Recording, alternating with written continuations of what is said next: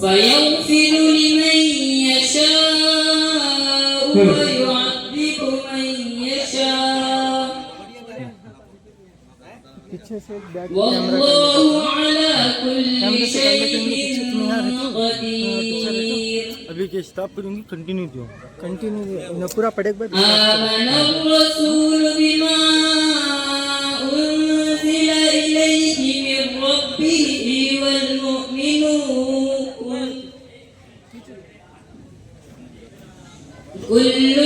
آمن بالله وملائكته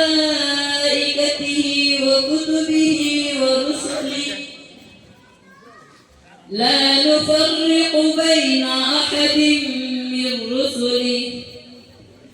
وقالوا سمعنا وأطعنا غفرانك ربنا وإليك المصير.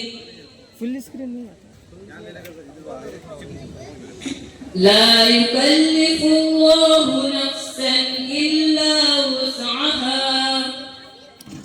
لها ما كسبت وعليها ما اكتسبت ربنا لا تؤاخذنا إن نسينا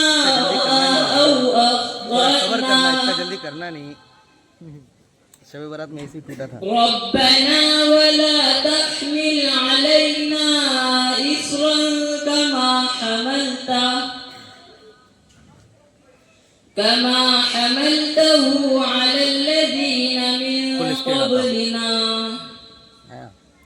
ربنا ولا تحملنا ما لا طاقة لنا به واعف عنا واغفر لنا وارحمنا أنت مولانا فانصرنا على القوم